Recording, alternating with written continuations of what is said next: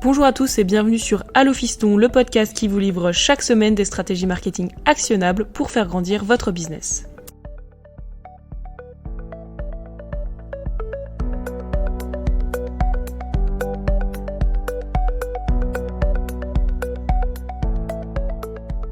Nous, on est en roue libre et on va vous parler de cette fois où Louis en fait a fait perdre je ne sais pas combien de milliers à son entreprise parce qu'il a eu une idée brillante.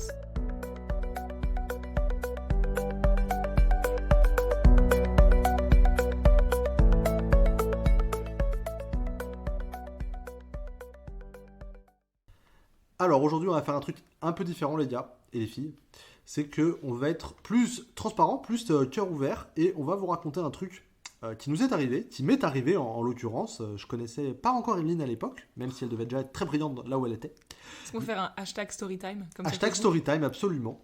Mais avant de vous rentrer plus dans le détail dans cet épisode, petite parenthèse pour vous dire que si ce qu'on fait vous plaît, et pas si ce qu'on vous plaît fait. Bref, tout simplement pour vous dire que si vous kiffez ce qu'on vous propose, abonnez-vous, en fait, c'est le meilleur moyen de nous soutenir et de nous faire découvrir à d'autres personnes. Et pour ça, on vous en remercie beaucoup. Mais de quoi on parle en fait, Emeline, aujourd'hui ? Voilà, là, ça va être un épisode assez compliqué parce que pour vous donner un ordre d'idée, normalement, on a toujours un petit runner, c'est-à-dire un petit texte devant nous qu'on lit et puis on improvise un peu dessus. Là, on n'a pas de runner. Donc, nous, on est en roue libre et on va vous parler de cette fois où Louis, en fait, a fait perdre je ne sais pas combien de milliers à son entreprise parce qu'il a eu une idée brillante qui était de lancer une pub télé.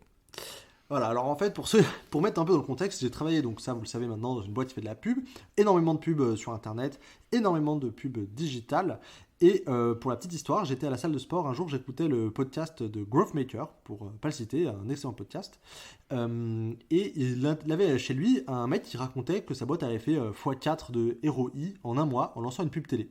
Et je me dis, mais évidemment, mais lançons une pub télé. C'est le Saint Graal, pourquoi j'y ai pas pensé avant ? Et donc du coup, le lendemain, tout content, je vais voir mon boss et je lui fais « Boss, on lance une pub télé. Chaud ou quoi ?» Et là, il me fait « Déjà, tu me parles pas comme ça. » Et il me dit « Chaud. Mais combien ça coûte ?» Du coup, je regarde un peu. Et alors, en fait, c'est très intéressant. Vous pouvez, vous, là, tout de suite, maintenant, pendant que vous écoutez cet épisode, mais pas si vous conduisez, aller sur votre téléphone ou sur votre ordinateur et trouver le prix de la publicité sur TF1, sur RTL, sur toutes les grandes chaînes de télé, de radio, etc. C'est public. Vous allez voir des montants qui sont absolument délirants, c'est normal. Mais en fait, ces montants ne sont jamais ce que vous payez parce que les chaînes vous font toujours une réduction huge sur le prix qu'elles affichent. Généralement, c'est minimum 70%. Pour faire genre, ouais, mais vous êtes spécial, du coup, vous avez un bon deal et pour qu'en fait vous reveniez après. C'est exactement ça. Et aussi pour pas que... n'importe qui fasse de la publicité, quoi. Exactement. C'est un peu une barrière à l'entrée, ça marche pas mal, hein, d'ailleurs. Ça marche pas mal. Et donc du coup, pour bien que vous compreniez, on dépensait des sommes importantes en publicité digitale, mais la publicité digitale, c'est facile, Emeline. On met une petite image, une petite photo. Je veux dire... Si c'était si facile, on ferait pas un podcast pour l'expliquer quand même. C'est vrai. Mais je vois ce que tu veux dire. C'est un peu moins... Enfin, tu peux faire ça de manière un peu dans ton garage, et une pub télé, ça demande quand même des moyens un peu plus conséquents. Exactement. Et donc du coup, je me renseigne, et puis je trouve un bon deal avec LCI. C'était une chaîne intéressante qui proposait des créneaux intéressants avant le 20h Pujadas. Tranquille, ça va bien avec notre audience. Budget ok. Et puis maintenant, on se pose la question de une pub télé, en fait, c'est pas une image, tu vois, tu vas pas mettre un diapo que t'as fait sur Canva. Il faut quand même un petit peu de budget. Il faut un truc qui tient la route. Tu peux pas faire ça sur Movie Maker, quoi. Tu fais pas ça sur Movie Maker. Donc je réunis toute la team marketing, on sort un super script, vraiment nickel, avec des acteurs, tout est timé en 15 secondes. Budget. 15 secondes, c'est très très dur pour faire une très bonne pub. Très très dur, très très court. Et puis là, on était sur un truc Michael Bay, tu vois. C'était Michael Bay, Transformers. Le directeur, c'était Michael Bay. Enfin voilà, on était super chaud. Est-ce que c'était toi l'acteur principal ou pas ? J'étais pas l'acteur principal parce qu'il fallait pas quelqu'un de chauve. Je suis pas chauve, mais presque. Et du coup, je vais voir le boss avec le script et il me dit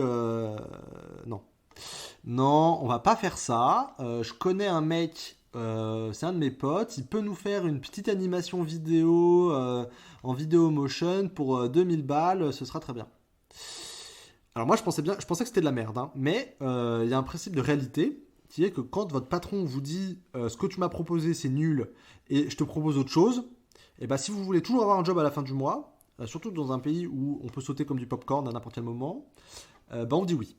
Alors, certains pourraient argue avec moi et me dire « Ouais, mais il faut défendre ses convictions, nanani, nanana. » Oui, puis certains pourraient dire, si la pub télé c'est vraiment un super bon canal, que ça soit un film en stop motion ou pas, ça marchera. Exactement. Et donc, bon, on fait un truc, bon, c'était pas mauvais non plus, mais c'était pas ouf, quoi.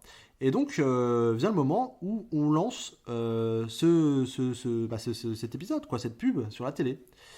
Alors, tout content, j'attends, parce que moi j'avais la grille à l'avance de le moment où ma pub allait être diffusée. Et puis, ce qui est en fait intéressant, c'est que les pubs, elles sont toujours diffusées à des plages horaires, donc c'est des plages de pubs.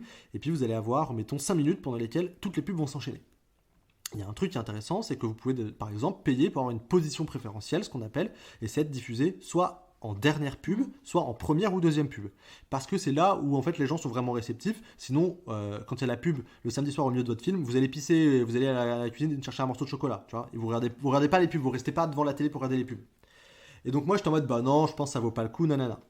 Donc vient le moment d'être diffusé sur LCI, et puis ma pub passe genre à la 4ème minute de la plage pub. Ah, il y en avait eu 8 ou 9 devant, il y en avait 3 ou 4 derrière, enfin bref, c'était nul quoi, c'était pas bon, je savais que les gens n'étaient pas là à attendre que ma pub passe quoi. Et donc le lendemain quand même, je me connecte sur mon analytics pour voir ce qui se passe, et il se passe rien, il s'est rien passé. Pas de trafic, pas de conversion, pas de vente. Une journée normale quoi. Une journée normale, enfin... En fait, c'est pire que ça. Et donc là, ça a été comme ça, voilà, spoiler, ça a été comme ça pendant toute la campagne, et grosso modo... Elle a duré combien de temps ta campagne ? Elle a duré 1 mois. Ah oui, quand même. Et il ne s'est rien passé. Alors, il y a 2 raisons principales, je pense, qui expliquent que ça a été un échec. La première raison, c'est qu'on n'a pas traqué ce qui se passait. C'est ce que je vous disais. Et en fait, on voyait qu'il n'y avait pas beaucoup de trafic, mais il y avait quand même un pic de trafic. Il y avait un petit pic de trafic au moment où les pubs étaient diffusées, ça c'est réel, mais on n'arrivait pas à le mesurer avec précision. Parce que, en fait, traquer des gens qui viennent de la publicité et qui vont sur votre site internet, c'est extrêmement compliqué. Parce que vous ne pouvez pas traquer les URL.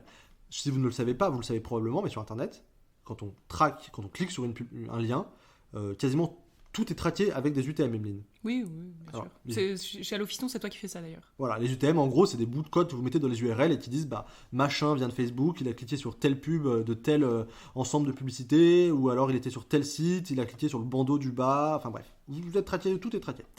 Et donc en publicité, on ne peut pas le faire, télé. Alors on peut, mais j'y reviendrai à la fin, j'ai une petite morale à la fin de cet épisode, donc je t'en parlerai, mais on peut le faire. Mais c'est en fait, ça demande un budget qui est tellement conséquent que tu fais pas ça sur une campagne test, tu vois. Moi, j'ai travaillé chez un concurrent d'Ikea, on va dire, qui faisait de l'immobilier. Et eux, quand ils faisaient une campagne télé pour Noël... Ouais, du mobilier. Ah pardon, j'ai compris de l'immobilier. Ah non, ou c'est peut-être moi. Du mobilier. Et quand ils faisaient une campagne de pub pour les ventes de Noël, ils y allaient. Et effectivement, c'était 1 ou 2 mois, mais ils étaient diffusés non-stop. Et penses-tu que l'analytics, il était remboursé ? Oui, voilà. On pourra en reparler un tout petit peu après parce qu'effectivement c'est très intéressant.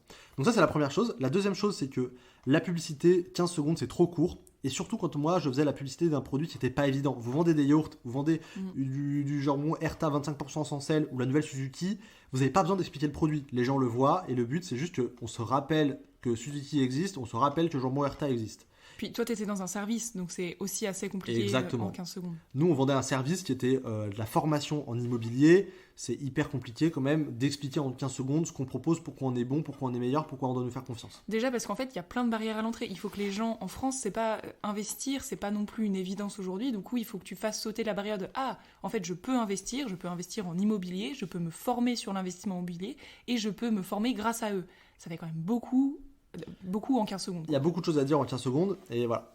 Donc ça, il y a ces 2 trucs qui font qu'à mon sens, ça n'a pas bien fonctionné. Après, il y avait la qualité de la publicité en elle-même qui était difficile. Et puis, au-delà de ça, on n'était pas passé par une agence télé, parce qu'on voulait réduire les budgets. Et ce qu'il faut bien comprendre, c'est que quasiment personne, quand je dis quasiment, c'est à mon avis moins de 1% des annonceurs en France font de la pub télé sans agence. Parce que ce qu'il faut bien comprendre, c'est que quand on fait de la pub télé, déjà, il y a toute la question de trouver les bonnes chaînes, négocier les deals, créer la publicité en elle-même, ce qui est un vrai métier. Et puis, il y a aussi toute la partie mise en forme du spot publicitaire. Parce que, croyez-moi bien, que vous ne prenez pas votre fichier MP4 et vous l'envoyez au directeur des programmes de TF1. Ça ne marche pas comme ça. Hein.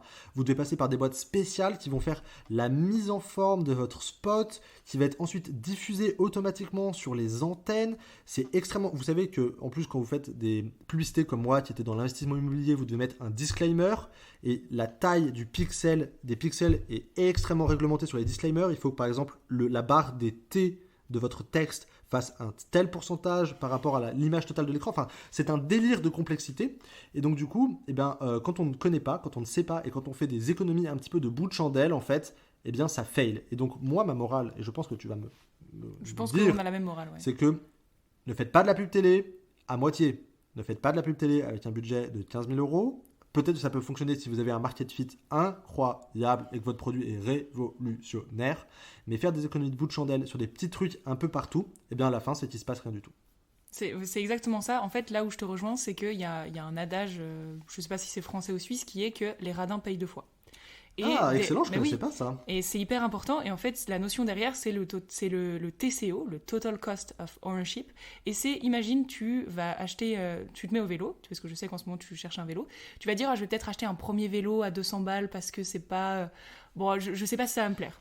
Et en fait, après ton premier vélo, qu'est-ce que tu vas faire ? Soit tu vas crever une roue, soit en fait ça va être pas bien, soit il va falloir que tu changes de cadre, soit tu vas te faire mal, bref. Et après tu vas changer de vélo et tu vas en acheter un mieux. Et en fait, tu vas payer plus cher que si dès le départ tu dis, tu sais quoi, mon vélo, je l'achète 1 500 €. C'est énorme, mais au final je vais m'y retrouver, je vais amortir.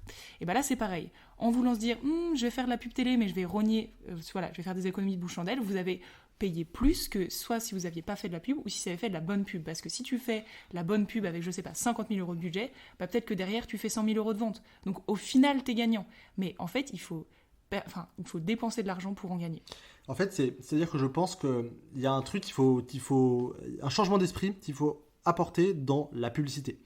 C'est très important d'avoir une logique héroïste en publicité. En tout cas, nous, c'est notre métier. On est vraiment dans la publicité à la performance et donc on adore ça. Mais je pense qu'il y a un moment où il faut se dire, je prends un peu de budget quand j'ai les moyens, que je suis bien établi, que je suis une entreprise qui roule. Et ça, c'est de la R&D, c'est de la recherche et du développement. Le principe de la recherche et du développement, c'est que je mets 100 millions sur la table pour trouver un vaccin et j'y arrive pas. Grosso modo. Oui, au-delà de ça, tu as aussi en fait quelque chose de branding, c'est que c'est très difficile de mesurer ça, mais si moi je vois le logo de ta marque aux 20h de TF1, peut-être que j'achète pas tout de suite, mais peut-être que si tu me cibles sur Facebook après avec ça, je vais me dire mais oui, je les ai vus, en plus je les ai vus aux 20h de TF1, ça a l'air d'être une bonne marque, je vais voir ce qu'ils ont à dire. Il y a exactement, en fait la publicité télé, on y va quand on veut passer un nouveau stade de crédibilité. Faire la publicité sur internet maintenant, les gens commencent à comprendre que c'est facile, mais par contre se payer un sponsor aux 20h de TF1, ça reste quand même très cher, et du coup ça veut dire que vous êtes une entreprise qu'on a des grosses. Voilà, je crois qu'on va conclure sur le qu'on a des grosses. Qu'on a des grosses, c'est parfait. Voilà, écoutez, c'était juste un petit épisode de cœur ouvert où j'ai un peu partagé le récit d'un échec marketing, parce que il faut pas croire, en fait, il y a beaucoup de choses qui marchent bien, mais il y a aussi beaucoup de choses parfois qui marchent pas. Il faut qu'on soit honnête sur les deux. Il faut être transparent, exactement. Bon, écoutez, on vous fait des bisous, puis on vous dit à la semaine prochaine. Voilà, ciao.